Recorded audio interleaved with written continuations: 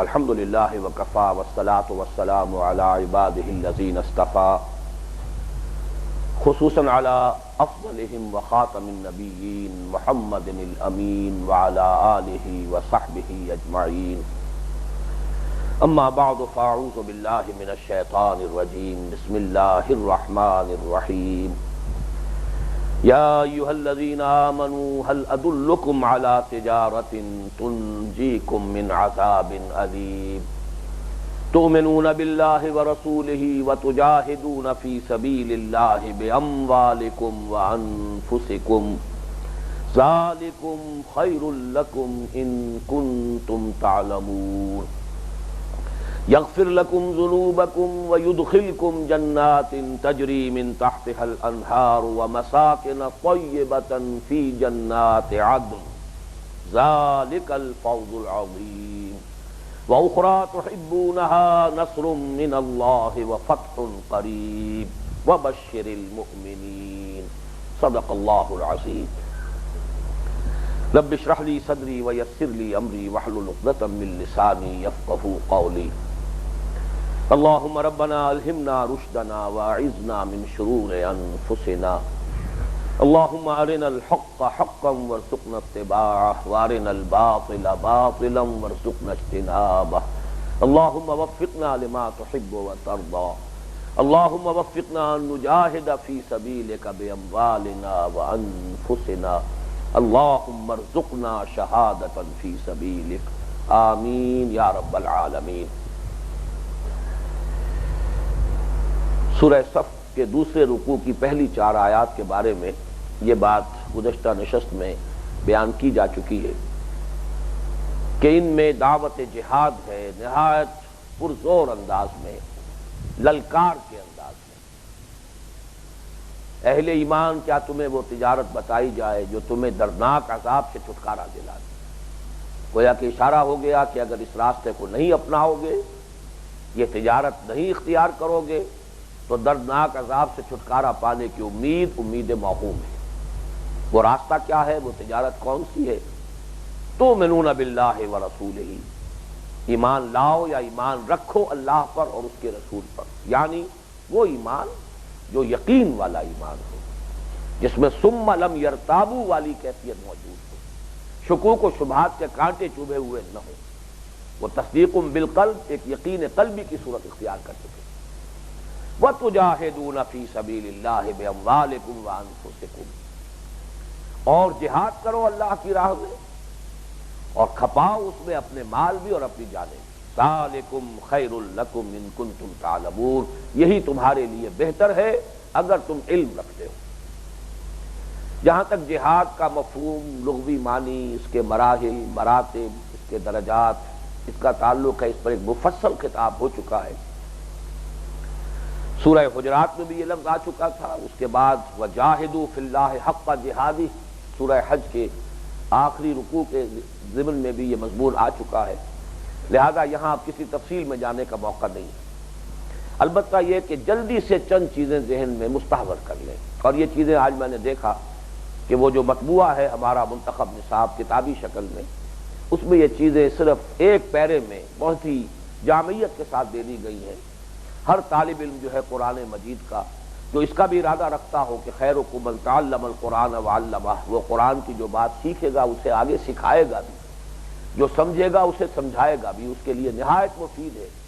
وہ ایک پیرا جو ہے وہ تو گویا کہ حفظ ہو جانا چاہیے۔ اس کا مادہ کیا ہے؟ جوہد۔ جوہد کے معنی ہر شخص جانتا ہے کوشش، کسی بھی مقصد کے لیے انسان اپنی محنت صرف کرتا ہے، کوشش کرتا ہے، یہ جوہد ہے۔ لیکن جہاد یا مجاہدہ یہ باب مفاعلہ ہے۔ باب مفاعلہ کے خواص میں سے اس میں مشارکت بھی ہے، مقابلہ بھی ہے، مبالغہ بھی ہے۔ یہ اوصاف جمع ہو جاتے ہیں اضافی طور پر، یعنی جوہد کا جوہد سے مقابلہ، جوہد کا جوہد کے سامنے آ جانا اور پنجہ آزمائی کرنا۔ گویا کہ یہاں اب کوشش کی بجائے صحیح لفظ ہوگا، وہاں مطبوعہ کتاب میں کشمکش کا لفظ ہے۔ یہ اردو میں غلط عام کے طور پر یہ لفظ استعمال ہوتا ہے کشمکش، حقیقت میں کشمکش کا فارسی زبان میں مفہوم بالکل دوسرا ہے۔ یہ تو گو مگو کی کیفیت ہے، کش مکش، کھینچو نہ کھینچو۔ یہ گو مگو کی کیفیت ہے۔ اصل لفظ جو فارسی کا ہے وہ کشاکش ہے، کھینچنا۔ کشاکش خس و دریا ہے دیدنی کوثر، الجھ رہے ہیں زمانے سے چند دیوانے۔ یہ الجھنا جو ہے، گریپل کرنا ایک دوسرے کے ساتھ، دست و گریبان ہونا، ایک دوسرے سے مقابلہ کرنا، پنجہ آزمائی کرنا، زور آزمائی کرنا، مقابلہ کرنا، کشاکش ہے، جیسے کہ رسہ کشی ہو رہی ہے، ادھر سے وہ کھینچ رہے ہیں، ادھر سے یہ کھینچ رہے ہیں۔ یہ ہے اصل میں لفظ جو جہاد اور مجاہدے کا اصل مفہوم ہے۔ یعنی اب اس کا جہاد سے مجاہدہ جب بنا ہے تو مفہوم کیا ہو گیا کہ وہ یک طرفہ ایک کوشش ہے، آپ اپنے کسی مقصد کے حصول کے لیے کوشش کر رہے ہیں۔ ایک یہ کہ جو اس مقصد کے راستے میں موانع ہیں، جو اس کے مخالفین ہیں، جو اس کے راستے کے رکاوٹیں ہیں یا رکاوٹیں ڈالنے والے ہیں، ان کا مقابلہ کر کے، ان سے کشاکش کر کے، ان سے پنجہ آزمائی کر کے، ان سے زور آزمائی کر کے، ان رکاوٹوں کو دور کرتے ہوئے آگے بڑھنا، یہ گویا کہ اسی کا ایک دوسرا رخ ہے۔ ایک صرف مثبت اور یک طرفہ معاملہ ہے کوشش، اور یہ کشاکش جو ہے، یہ جو بھی اس کے راستے میں مخالف ہے، مزاحم ہے، جو راستہ روک رہا ہے، جو بھی قوت ہے، اس کے ساتھ زور آزمائی کر کے اور اس کو ہٹا کر اس کے موانع جو ہے ان کو راستے سے دور کرتے ہوئے اپنے منزل کی طرف پیش قدمی کرنا، یہ جہاد ہے۔ اب جہاد کے ساتھ ظاہر بات ہے کوئی مقصد ہونا چاہیے، تو وہ فی سبیل کے لفظ سے اس مقصد کا تعین ہوتا ہے۔ جہاد فی سبیل الوطن، جہاد فی سبیل النفس، جہاد فی سبیل الاشتراکیہ، جہاد فی سبیل الشرک، جہاد فی سبیل الطاغوت، جہاد فی سبیل الباطل، اور جہاد فی سبیل الحق، جہاد فی سبیل التوحید، جہاد فی سبیل الاسلام، جہاد فی سبیل اللہ، اللہ کی راہ میں جہاد۔ یعنی جو بھی اللہ کے دشمن ہیں، اللہ کے دین کا راستہ روکنے والے ہیں، ان سے کشاکش کر کے، پنجہ آزمائی کر کے، نبرد آزمائی کر کے، اور اللہ کے دین کو دنیا میں غالب کرنے کی جد و جہد کرنا۔ ظاہر بات ہے یہ جد و جہد دو ہی شکلوں میں ہوتی ہے۔ انسان کے پاس ہے کیا؟ ہمیں اللہ نے کچھ محنت، کچھ صلاحیت دی ہے کام کرنے کی، کچھ صلاحیتیں ہیں، طاقت ہے، توانائیاں ہیں، یہ ہے ہماری جان۔ جان کھپتی ہے، یا پھر جو مالی وسائل ہیں، مال اور جان، یہ دو چیزیں ہمارے پاس ہیں۔ تیسری چیز وہ ہے کہ جس کو ہم وقت کہتے ہیں، یہ وقت بھی در حقیقت ایک طرح سے مال ہے۔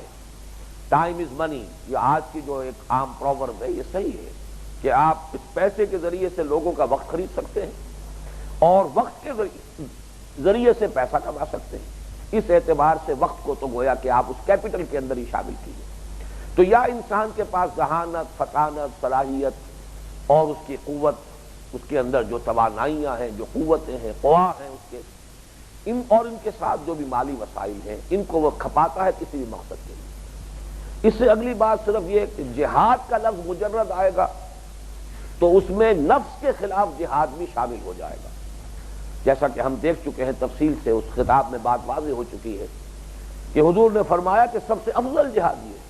پوچھا گیا آپ سے ای الجہاد افضل یا رسول اللہ، تو جواباً آپ نے ارشاد فرمایا ان تجاہد نفسک فی طاعت اللہ، اپنے نفس سے جہاد کرو، اسے اللہ کا مطیع بناؤ، اس لیے کہ نفس ماں ہم کم طرف فرعون نیس لیکن اراعون ایراعون نیس، یہ بھی اللہ کا بہت بڑا دشمن ہے، اور یہ ان النفس لامارۃ بالسوء، یہ تمہیں بری ہی کا راستہ سجھاتا ہے، برائی ہی کا حکم دیتا ہے۔ تو اس کے ساتھ پنجہ آزمائی کرو، اس کو جھکاؤ اللہ کے سامنے، اس کو سر تسلیم خم کرنے پر مجبور کر دو اللہ کے ساتھ۔ لیکن جب آتا ہے جہاد فی سبیل اللہ تو اس کے دو ہی مفہوم ہیں۔ اللہ کی راہ میں جہاد، اس میں یا تو دعوت و تبلیغ، یہ دعوت و تبلیغ اصل میں کیا ہے؟ یہ نظریاتی تصادم ہے۔ ظاہر بات ہے کہ آپ کا ایک نظریہ ہے، ایمان، اللہ پر آپ کو یقین ہے، ایمان حاصل ہے، رسالت، نبوت، آخرت، اللہ کا دین، یہ ایک نظریات ہے جو آپ کے پاس ہے، تو خلا نہیں ہے، کچھ اور نظریات بھی تو موجود ہیں، کچھ اور فلسفے بھی تو موجود ہیں، کچھ اور عقائد بھی تو موجود ہیں، عقائد باطلہ، فلسفے ہیں غلط، نظریات ہیں باطل۔ تو جب تک کہ ان کے درمیان ٹکراؤ نہیں ہوگا، جب تک کہ آپ اپنے نظریے کی بالادستی ثابت نہیں کر دیں گے، جب تک کہ مقابل کے نظریات کو آپ شکست نہیں دے دیں گے، اللہ کے دین کا بول بالا کیسے ہو جائے گا؟ یہ ہے دعوت اور تبلیغ کے ذریعے سے۔ اسی لیے سب سے اونچا جو مرحلہ ہے دعوت کا، ادعو الی سبیل ربک بالحکمہ، بائی وزڈم، حکمت کے ساتھ، دانائی کے ساتھ آپ دین کو اور دین کے نظریات کو دلائل کے ساتھ، براہین کے ساتھ مبرہن کریں، مدلل کریں، ثابت کریں، احقاق حق ابطال باطل کریں علمی سطح پر. یہاں سے بات شروع ہوگی.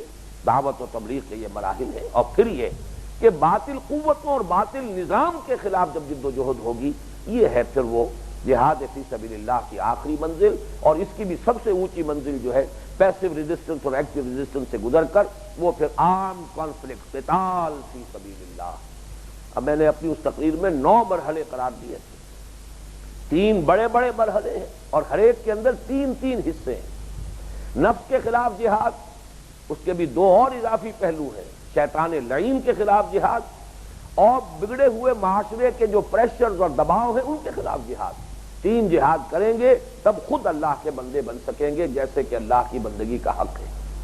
پھر اسی طریقے سے باطل نظریات اور غلط عقائد کی نفی کرنا دعوت و تبلیغ کے ذریعے سے، اس کے بھی 3 لیولز ہیں، بالحکمہ والموعظۃ الحسنہ اور جدال بالحسنہ باللتی ہی احسن.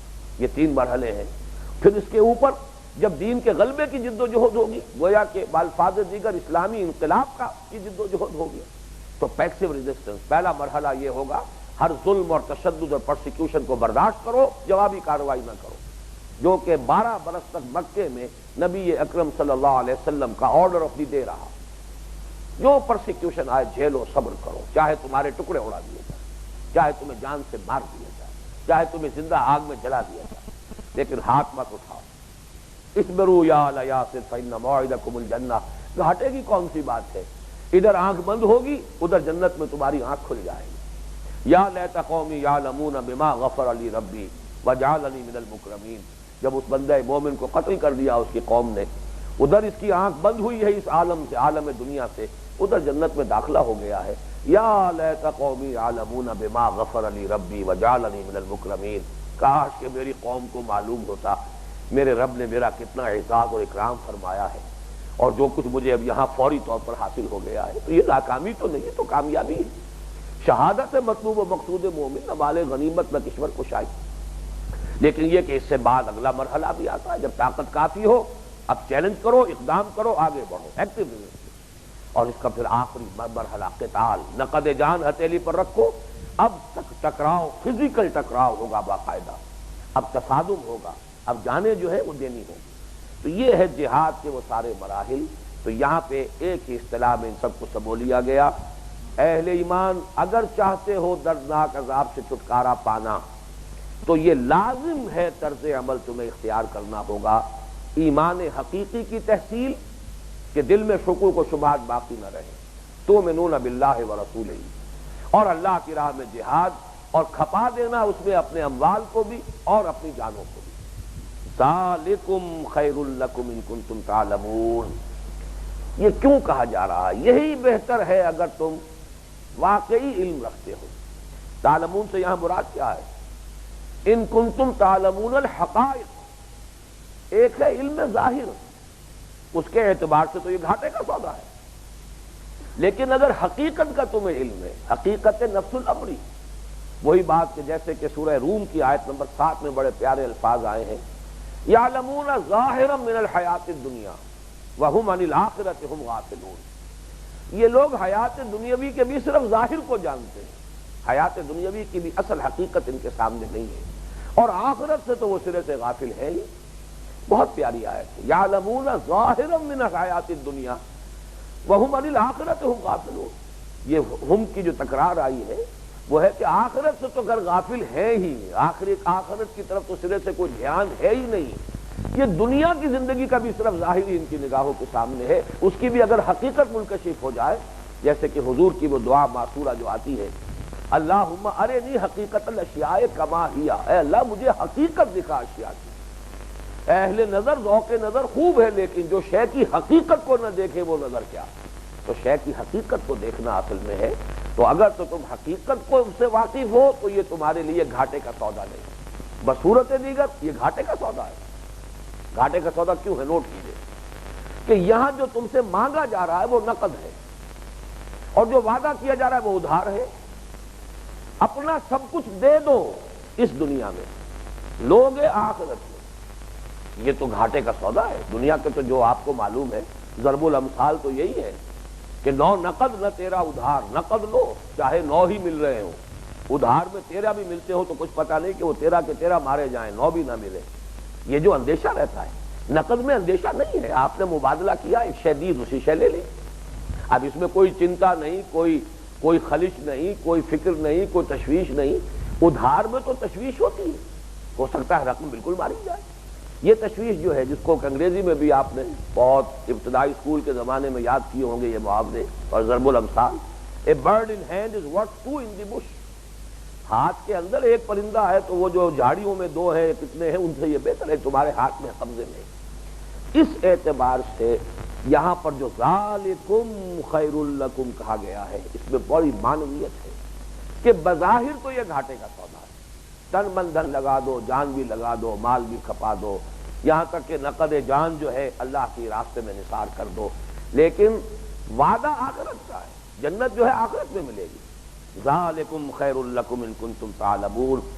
اس اعتبار سے ایک تو یہ نوٹ کیجئے کہ اس کی جو شرح ہے وہ آگے کی 2 آیات میں آ رہی ہے، خیر لکم سے مراد کیا ہے اس پر تو ہم بعد میں جائیں گے۔ اب میں چاہتا ہوں کہ اس آیت کی بھی ایک مثال دوسری آیت سورہ توبہ کی جو آیت نمبر 111 اس پر نظر ڈال لیجیے کہ یہ ادھار اور نقد کا کتنا فرق ہے۔ یہ آیت نمبر 111 میں یہ بات بہت واضح ہوتی ہے۔ ایک تقابل کیجئے، یہاں یہ تھا کہ کیا تمہیں تجارت بتائی جائے جو تمہیں عذاب علیم سے چھٹکارا دلا دے۔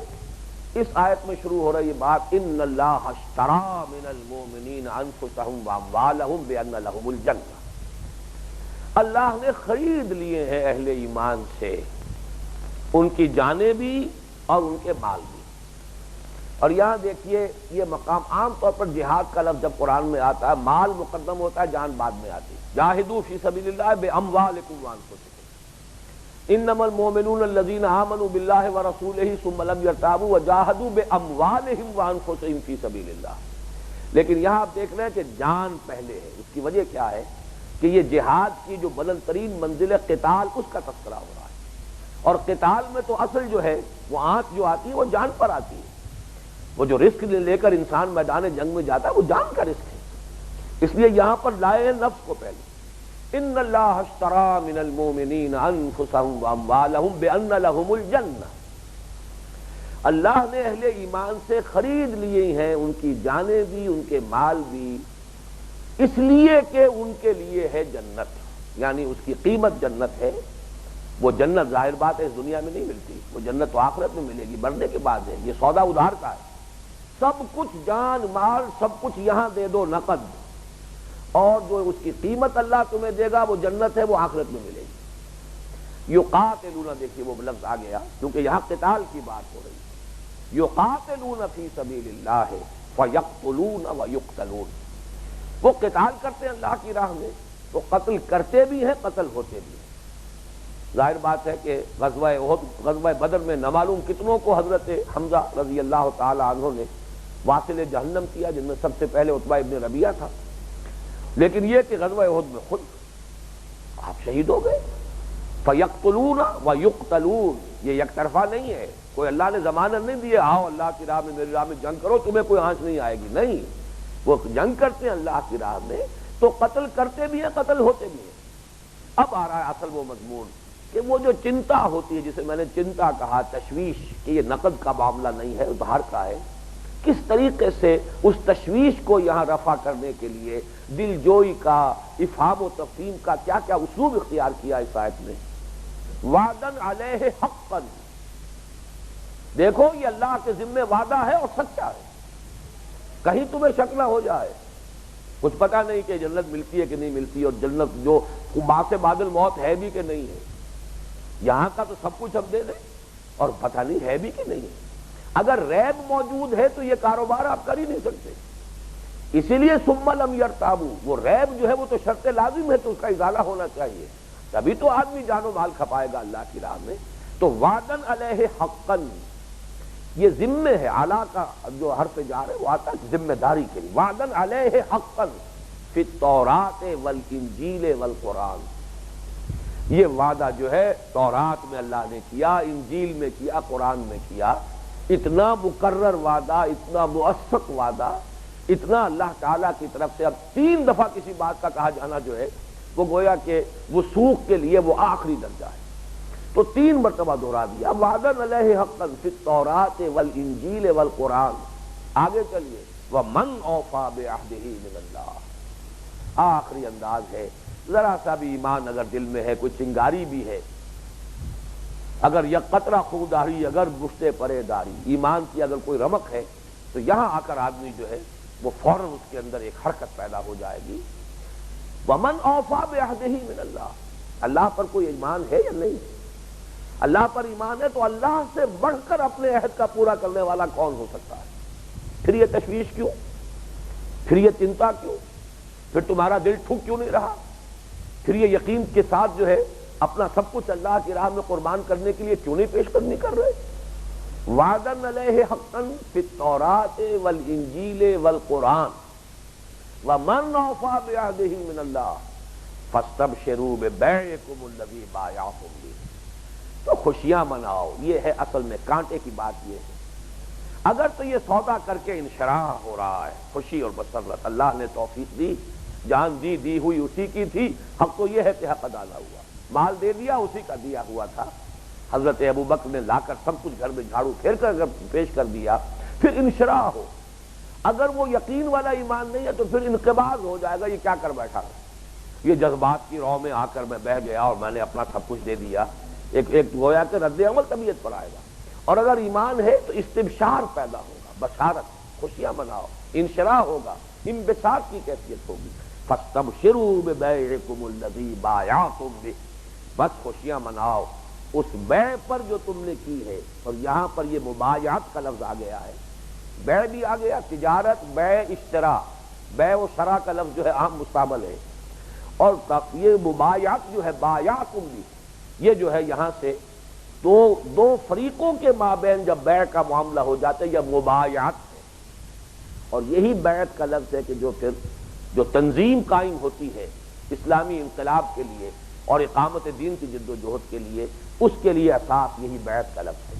اس پر گفتگو ہوگی انشاءاللہ اس سے آگے چل کر۔ تو یہ جو تم نے بیعت کا سودا کیا اللہ کے ساتھ، خوشیاں مناؤ، اس سے بہتر تو کوئی بیع ہو ہی نہیں سکتی۔ وَذَلِكَ هُوَ الْفَوْزُ الْعَظِيمُ، اور یہی در حقیقت بہت بڑی کامیابی ہے۔ اللہ تعالی ہمیں یہ بیع و شراء اختیار کرنے کی توفیق عطا فرمائے۔ اب آگے چلیے، اگلی 2 آیات جو ہیں یہ ذالکم خیر لکم کی در حقیقت یہ اس کی اب شرح ہو رہی ہے۔ یہ خیر جو ہے بہت اہم نقطہ ہے، یہاں پر نوٹ کیجئے، وہ خیر کیا ہے؟ یغفر لکم ذنوبکم، تمہارے لیے تمہارے گناہ، تمہاری کوتاہیاں، تقصیریں معاف فرما دے گا، بخش دے گا تمہیں تمہارے گناہ۔ نمبر 2، یہ تو منفی پہلو ہوا، مغفرت۔ مثبت کیا ہے؟ وَيُدْخِلْكُمْ جَنَّاتٍ تَجْرِي مِن تَحْتِهَا الْأَنْهَارُ وَمَسَاكِنَ طَيِّبَةً فِي جَنَّاتِ عَدْنٍ، اور داخل کرے گا تمہیں ان باغات میں جن کے دامن میں ندیاں بہتی ہوں گی، اور ان پاکیزہ گھروں میں، مسکنوں میں کہ جو ریزیڈینشل گارڈنز میں جنات العدن میں ہوں گے، رہائشی باغات میں نہایت عمدہ گھرانے، مسکن تمہیں عطا کرے گا۔ یہ یدخلکم جو ہے تمہیں داخل کرے گا، اس کا ایک مفعول ہے جنات، یدخلکم جنات تجری من تحتها الانہار، یہ مفعول اول ہے، داخل کرے گا تمہیں ان باغات میں جن کے نیچے یا جن کے دامن میں ندیاں بہتی ہوں گی۔ مفعول ثانی ہے وَمَسَاكِنَ طَيِّبَةً، یدخلکم مساکن طیبۃ فی جنات عدن، داخل کرے گا تمہیں ان مسکنوں میں، ان رہائش گاہوں میں کہ جو رہائشی باغات میں ہوں گے، بڑے پاکیزہ، بہت عمدہ گھرانے۔ ذالک الفوز العظیم، نوٹ کر لو، یہی ہے بڑی کامیابی، اصل کامیابی۔ لیکن ابھی بات ختم نہیں ہوئی، ذالکم خیر لکم کی مزید شرح ہے۔ وَأُخْرَى تُحِبُّونَهَا، اور ایک اور شے، ایک دوسری چیز جو تمہیں بہت پسند ہے، وہ کیا ہے؟ نصر من اللہ وفتح قریب، مدد اللہ کی طرف سے اور فتح جو آیا چاہتی، جو قریب ہے۔ وبشر المؤمنین، اور اے نبی اہل ایمان کو بشارت دے دیجیے۔ اب یہاں نوٹ کیجئے، جو سمجھنے کی بات ہے کہ ذالکم خیر لکم کے 2 حصے ہو گئے ایک آیت میں۔ ایک آیت نمبر 12 ہے، ایک آیت نمبر 13 ہے۔ ایک خیر آخرت ہے، ایک خیر دنیا ہے۔ خیر آخرت مغفرت اور جنت، یغفر لکم ذنوبکم ویدخلکم جنات تجری من تحتہا الانہار ومساکن طیبۃ فی جنات عدن۔ عدن کا جو لفظی معنی ہے وہ سمجھ لیجئے، عدنا بمقام فلاں، وہ شخص جو ہے فلاں جگہ پر مقیم ہو گیا، جہاں کوئی شخص اقامت گزی ہو جائے، مقیم ہو جائے، جو اس کی اقامت گاہ بن جائے، وہ عدنا، وہاں پر وہ سیٹل ہو گیا، وہاں اس نے رہائش اختیار کر لی۔ اسی سے لفظ معدن بنا ہے، ہیرے جواہرات کی کان ہے، کان اس ہیرے اس میں پڑے ہوئے ہیں، اب آپ نکالیں گے، جب نکالیں گے وہ تو وہاں ٹھہرے ہوئے ہیں، ٹکے ہوئے ہیں، تو معدن وہ جگہ ہے جہاں ہیرے جواہرات جو ہیں وہ رکھے ہوئے ہیں یا پڑے ہوئے ہیں۔ تو یہ ریزیڈینشل گارڈن جنات عدن، جیسا کہ آپ کو معلوم ہے کچھ ایسے گھر ہوتے ہیں بڑے لمبے چوڑے جو ہے، وہ اس کے ساتھ باغیچے بھی ہیں، اس کے درمیان بہترین جو ہے وہ رہنے کی رہائشی جگہ بھی ہے۔ بہرحال یہ دونوں چیزیں ملا لیجئے، مغفرت اور جنت۔ لیکن ذالک الفوز العظیم، یہ ہے بڑی کامیابی، یہ ہے اصل نقطہ۔ دوسری شے کا تعلق ہے دنیا سے، وہ خیر دنیا ہے، اللہ کی طرف سے مدد اور نصرت، اور اللہ تعالیٰ کی طرف سے فتح اور غلبہ۔ یہ شے وہ ہے، دو باتوں کا فرق نوٹ کر لیجئے۔ ذالک الفوز العظیم وہ بتائی گئی ہے پہلی، اصل وہ ہے جو فوز ہے، بلکہ اس میں تو ایک درجے کا توبیخ کا انداز ہے۔ یہ بات پہلے میں کہتا رہا ہوں، لیکن آج میں بڑے اعتماد کے ساتھ کہہ رہا ہوں، اس لیے کہ امام راضی تفسیر کبیر کا میں نے جب دیکھا تو انہوں نے یہ بات صراحتاً لکھ دی ہے کہ یہ تحبونہا واخری تحبونہا، ایک اور چیز جو تمہیں بہت پسند ہے، تو وہ کہتے ہیں وفی تحبونہا شیء من التوبیخ، یہ توبیخ ہے، زجر ہے، مذمت ہے، تمہیں بہت پسند ہے یہ شے، اللہ کی نگاہ میں اس کی کوئی وقت نہیں، اور وہ ہے نصرت اور فتح۔ بات نوٹ کرنے کی ہے۔ اور دوسری بات یہ سمجھ لیجئے کہ فتح و نصرت تو ہر حال میں تو نہیں ملتی۔ جو صحابہ مکے ہی میں شہید ہو گئے یا فوت ہو گئے، سختیاں جھیلتے جھیلتے ہی چلے گئے، انہوں نے تو فتح و نصرت نہیں دیکھی، کیا ان کی کامیابی میں کوئی کمی رہ گئی؟ یا جو ابھی ابتدائی مراحل تھے غزوات کے، انہی میں شہید ہو گئے۔ حضرت حمزہ رضی اللہ تعالیٰ عنہ نے تو وہ فتح مکہ کا منظر نہیں دیکھا، جس نے دیکھا، لیکن یہ کہ جو لوگ اس سے پہلے ہی شہید ہو گئے، کیا ان کی کامیابی میں، ان کی فوز اور فلاح کے اندر کسی درجے میں کوئی کمی اور نقص رہ گئے؟ معاذ اللہ ثم معاذ اللہ۔ تو اصل فوز اور فلاح وہی ہے آخرت کی، اور وہی قطعی ہے، وہی یقینی ہے۔ بہت سے انبیاء ہیں جنہیں دنیا میں کوئی فتح حاصل نہیں ہوئی، بلکہ وہ قتل کر دیے گئے، تو کیا وہ ناکام ہو گئے؟ معاذ اللہ۔ اصل میں اس نقطے کو سمجھ لینا چاہیے کہ در حقیقت جو شے مطلوب و مقصود کے سامنے کی حیثیت سے سامنے رہنی چاہیے، وہ صرف اخروی فوز و فلاح۔ دنیا کا معاملہ اضافی ہے، نافلۃ لک کے درجے میں ہے، ہو جائے تو اللہ کا فضل ہے، لیکن نہ ہو تو اس سے کسی کامیابی کے اندر کسی درجے میں بھی کسی کمی کے تصور کو شامل نہیں ہونا دینا چاہیے۔ اصل میں اسی کے حوالے سے یہ بات سمجھ لیجئے کہ اس دور کی اسلامی تحریکوں کی جو کچھ فکری غلطیاں ہیں، ظاہر بات ہے کہ اب کوئی نبی کی اٹھائی ہوئی تحریکیں تو نہیں ہیں، جو تحریکیں ہیں انسانوں نے اٹھائی ہیں۔ انسانی فکر میں کہیں کوئی خلا، کہیں کوئی کوتاہی رہ جاتی ہے، جہاں بہت سی اچیومنٹس ہیں، بہت کچھ اللہ تعالیٰ نے دین کی حقیقت کو بہت سے لوگوں پر واضح کیا ہے، کہیں نہ کہیں کوئی کمی رہ جاتی ہے، اور ہمیں اس کا مشاہدہ اور مطالعہ کر کے آئندہ کے لیے اس کی تلافی کی فکر کرنی چاہیے۔ اس کی ایک کمی کا منظر یہ ہے کہ نسب العین کے طور پر اقامت دین کو جب رکھ لیا جاتا ہے کہ ہماری جد و جہد کا مقصد آخرت میں اللہ کی رضا اور دنیا میں اللہ کے دین کا غلبہ ہے، اگر یہ نسب العین کے لیے الفاظ اختیار کیے جائیں گے تو انسان کا نقطہ نظر کج ہو جائے گا۔ دنیا میں دین کی اقامت اور غلبہ دین یہ نسب العین نہیں ہے، یہ فرض ہے، اس کی جد و جہد کرنا لازم ہے۔ نماز فرض ہے، لیکن نماز نسب العین تو نہیں ہے انسان کا۔ نسب العین تو در حقیقت اللہ کی رضا ہے، اللہ کی رضا اور آخرت کی فوز و فلاح۔ نسب العین کے درجے میں اللہ کی رضا اور آخرت کی فلاح کے سوا کوئی تیسری شے شامل کی گئی تو یہاں سے نقطہ نظر میں کجی ہو جائے گی، اور یہ جو کجی ہے پھر طرز عمل میں کجی پیدا ہوتی ہے، پرائرٹیز کے اندر کجی پیدا ہو جاتی ہے، پھر انسان بسا اوقات بالکل غلط قدم اٹھا بیٹھتا ہے، جلدی سے بائی ہک اور بائی کروک اپنے اس نسب العین تک پہنچنے کے لیے، جیسے کہ عام دنیا کا قاعدہ ہے کہ اینڈ جسٹیفائز مینز، آپ کا مقصود یہ ہے کہ دین غالب ہو جائے، لہذا اگر طریقہ کار میں تھوڑی سی اونچ نیچ بھی ہو گئی، تھوڑی سی غلط حرکت بھی کر لی تو کیا ہے، اینڈ جسٹیفائز مینز، کہ جو ذرائع ہیں ان کے لیے اصل دلیل جو ہے وہ بن جاتی ہے کہ ہمارا مقصد تو صحیح ہے نا، اس اچھے مقصد کے لیے ہمیں کام کر رہے ہیں۔ یہی شے ہے جو ہمارے ہاں اور بڑے ہی یوں سمجھیے کہ کروڑ پیمانے پر اور کروڑ صورت میں یوں آتی ہے کہ کسی غریبوں کی مدد کے لیے کوئی آپ نے کوئی ایسا جو ہے وہ فنکاروں کا مظاہرہ کروایا ہے، کوئی محفل رقص و سرود ہو رہی ہے، اس کے ٹکٹ لگے ہوئے ہیں کہ فلاں کام کے لیے چیریٹی شو ہو رہا ہے، اس کی جو بھی یافت ہوگی فلاں اچھے کام میں ہم لگا دیں گے، تو یہ تو بہت کروڑ صورت ہے جس کو کہ ہر مسلمان سمجھ لیتا ہے کہ بہت استہزاء ہے، یہ تماشا ہے، مذاق ہے دین کا۔ لیکن یہ کہ ذرا لطیف صورت میں یہی معاملہ جو ہے وہ یہاں آ جاتا ہے کہ جہاں نسب العین کے درجے میں سوائے اللہ کی رضا اور آخرت کی فوز و فلاح کے کوئی شے شامل کر دی جائے۔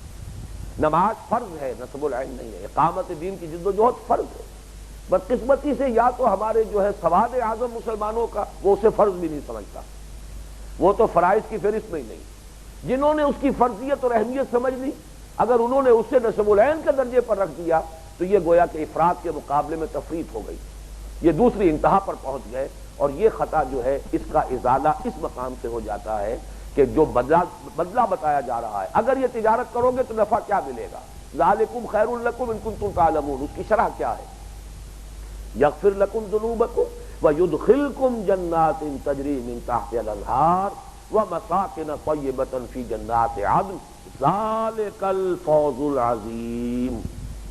اصل کامیابی، بڑی کامیابی، اصل فوز، اصل فلاح وہ یہ، اس پر نگاہوں کو جما دو، نسب العین کے درجے میں رکھنا ہے تو صرف اسے رکھو۔ وَأُخْرَىٰ تُحِبُّونَهَا نَصْرٌ مِّنَ اللَّهِ وَفَتْحٌ قَرِيبٌ وَأُخْرَىٰ تُحِبُّونَهَا، اور ایک دوسری شے جو تمہیں پسند ہے، جو تمہیں بہت محبوب ہے، وہ یہ ہے کہ اللہ کی طرف سے مدد آیا چاہتی ہے اور فتح تمہاری قدم بوسی کیا چاہتی ہے۔ وَبَشِّرِ الْمُؤْمِنِينَ، اور اے نبی اس کی بشارت دے دیجیے اہل ایمان کو۔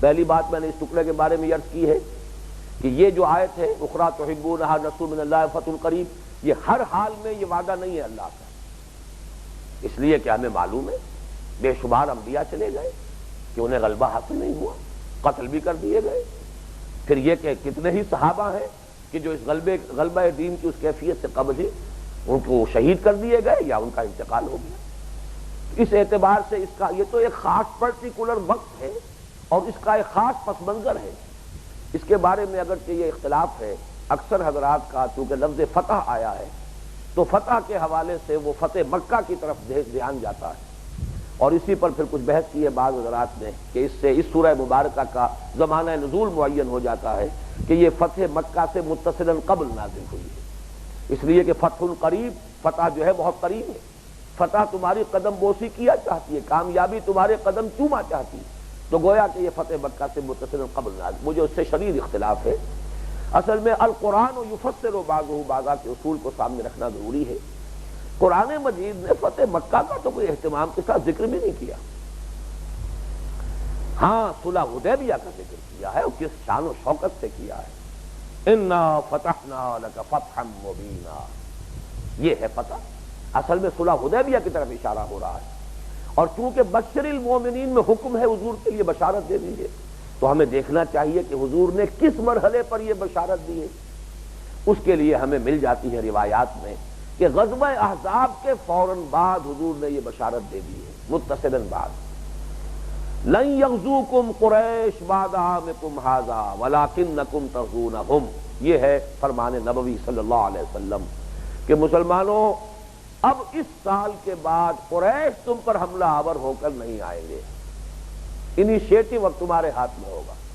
یہ آخری باری تھی کہ وہ بڑی شان و شوکت اہتمام کے ساتھ چڑھ دوڑے تھے، لن یغزوکم قریش بعد عامکم ھذا، اس سال کے بعد اب قریش تم پر چڑھائی نہیں کرے گی، ولکنکم تغزونہم، اب انیشیٹو تمہاری طرف سے ہوگا، اب تمہاری طرف سے اقدام ہوگا۔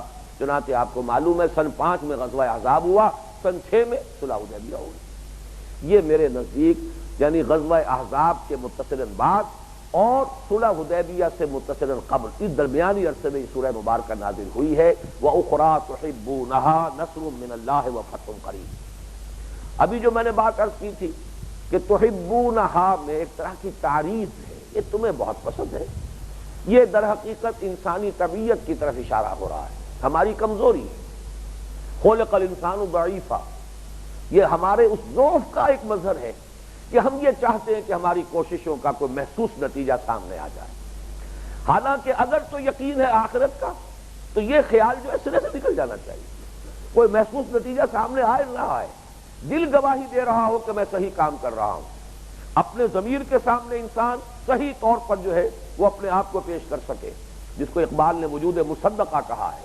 اپنے ضمیر کے سامنے بھی وہ وجود مصدقہ کا حامل ہو، اور اللہ کی نگاہوں میں بھی وہ اللہ کے بارے میں بھی، جیسا کہ میں نے عرض کیا تھا کہ محبت باہمی ہوتی ہے، دل گواہی دے دیتا ہے کہ ہاں اللہ بھی مجھ سے راضی ہے اور میں مطمئن ہوں کہ میں اللہ کے ساتھ دھوکے بازی نہیں کر رہا ہوں۔ یہ اگر انسان کی کیفیت ہے، یہ اطمینان حاصل ہے، تو پھر کوئی محسوس نتیجہ سامنے آئے یا نہ آئے، سرے سے کوئی فرق واقع نہیں ہونا چاہیے۔ اس کو ہندو فلسفے کے اندر بھی بہت اہمیت کے ساتھ بیان کیا گیا ہے، اسے وہ کہتے ہیں ڈیٹیچ، اپنے کام اپنی محنت کے نتیجے سے اپنے آپ کو بالکل ڈیٹیچ کر لو، کوئی تعلق نہ رہے، کامیابی ناکامی برابر ہو جائے، کسی درجے میں طبیعت میں انقباض نہ ہو کہ کوئی نتیجہ سامنے نہیں آ رہا، کامیابی جو ہے ظاہری سامنے نہیں آ رہی، اور کہیں پھولے نہ سمانے لگو اگر کوئی محسوس نتیجہ سامنے آ جائے اور کوئی کامیابی قدم چومتی نظر آئے۔ ان دونوں میں سے جو بھی کیفیت ہے در حقیقت وہ آپ کے ظرف کی کمی اور آپ کے آخرت پر یقین کے اندر کسی نقص اور کمی کی دلالت کرتی ہے۔ اور یہ بات میں سمجھتا ہوں ان کے ہاں وہ 3 مارگ شمار ہوتے ہیں ان کے فلسفے میں۔ کچھ لوگ ہیں جو اللہ کی طرف، بھگوان کی طرف یا پرماتما کی طرف تقرب جو ہے انہیں حاصل ہوتا ہے علم کے ذریعے سے، اسے وہ کہتے ہیں جنان مارگ، نوسس کے ذریعے سے، نوسس علم معرفت۔ کچھ ہے بھکتی مارگ، عبادت نوافل، اس کے ذریعے سے اوراد شغل، اس کے ذریعے سے تقرب اللہ۔ اور ایک ان کے ہاں ہے جس کو کرم مارگ کہتے ہیں، فعال قسم کے لوگ، بھاڑ دوڑ کرنے والے لوگ، ایکٹیوسٹ ٹائپ لوگ، یہ تو کام کر کے راضی ہوتے ہیں، ان کے مزاج کو جو ہے وہ کام سے، بھاگ دوڑ سے جو ہے زیادہ مناسبت ہے۔ یہ جو کرم مارگ والے ہیں ان کے لیے شرط یہ ہے کہ ان کے صداقت کی دلیل یہ ہوگی کہ کامیابی ناکامی دونوں برابر رہیں اس کی نگاہ میں، اٹیچمنٹ نہ ہو دل کی اور اپنے جذبات کی کہ کامیابی سے خوشی ہو رہی ہے، اور اگر بظاہر کوئی کامیابی نہیں ہو رہی تو طبیعت بجھ رہی ہے۔ اگر یہ کیفیت ہے تو گویا کہ جو اس کی پری کوالیفیکیشن ہے اسی میں انسان فیل ہو گیا۔ اس لیے کہ اگر وہ کر رہا ہے صرف پرماتما کے لیے تو اس کے لیے تو صرف کام کیے چلے جانا ہی اصل کامیابی، استقامت ہی اصل کامیابی۔ ان الذین قالوا ربنا اللہ ثم استقاموا، جم جائے، کرتا رہے، نتیجہ نکلے نہ نکلے یہ اللہ کی حکمت میں ہے، کب نکالنا چاہے گا نتیجہ یہ اس کا فیصلہ ہے۔ ہمارا کام یہ ہے کہ جو بھی ہمارے پاس ہے لگا دے، کھپا دے، سب کر۔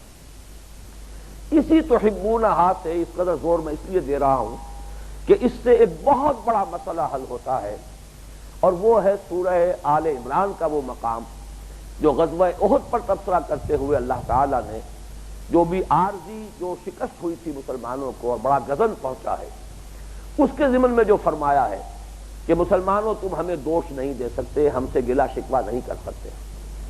وَلَقَدْ صَدَقَكُمُ اللَّهُ وَعْدَهُ، اللہ نے تو تم سے اپنا وعدہ پورا کر دیا تھا، فتح کا وعدہ تھا، نصرت کا وعدہ تھا، نصرت آئی، فتح مل گئی، تو ہم نے تو اپنا وعدہ پورا کر دیا تھا۔ حَتَّى إِذَا فَشِلْتُمْ، یہاں تک کہ جب تم ڈھیلے پڑے، تم نے نظم کی خلاف ورزی کی۔ دیکھیے ایک نظم ہوتا کسا ہوا نظم، جب آپ کہتے ہیں ملٹری پریڈ کا اٹینشن، اب وہ پورا جسم اکڑا ہوا ہوتا ہے سپاہی کا، پورا وجود جو ہے اس کا کسا ہوا ہے، اور اسٹینڈرڈیز اب وہ ڈھیلا ہو گیا۔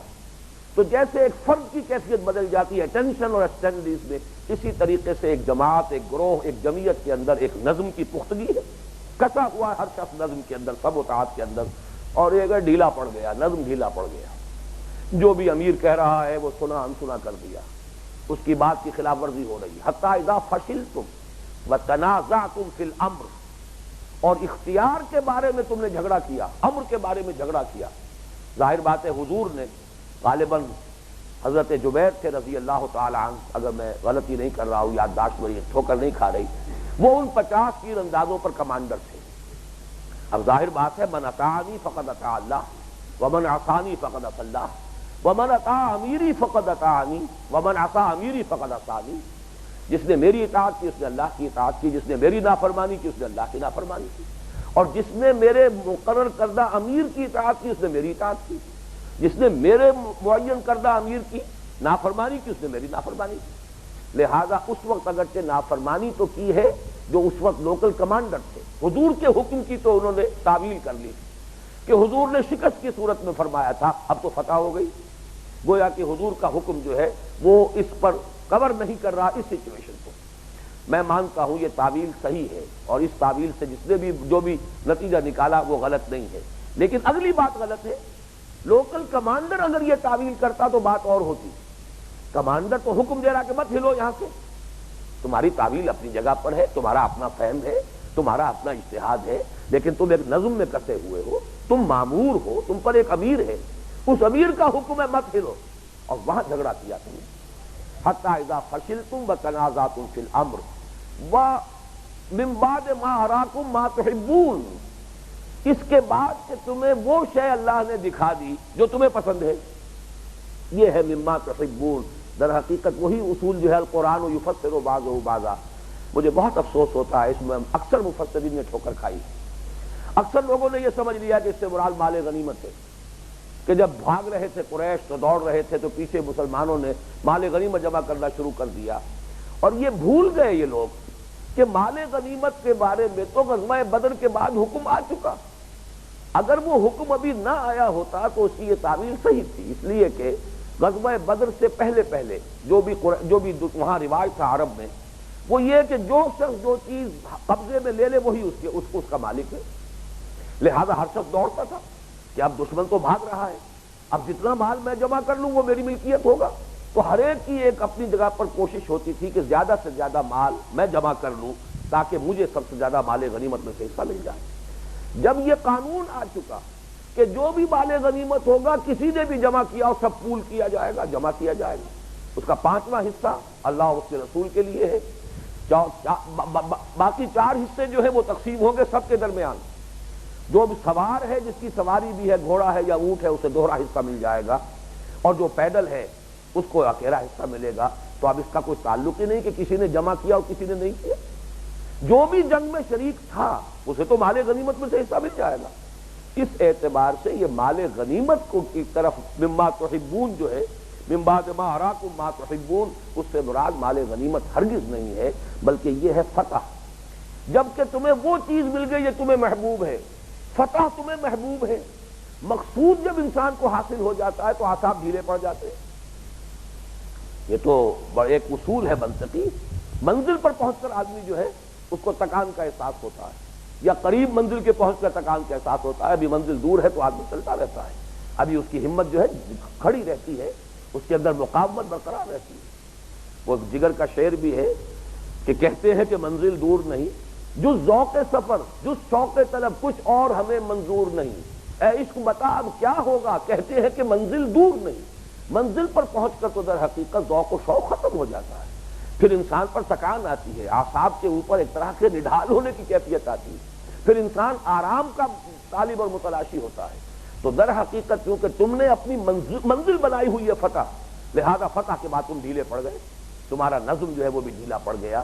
تو یہاں پر در حقیقت من بعد ما اراکم ما تحبون، اس سے مراد فتح ہے۔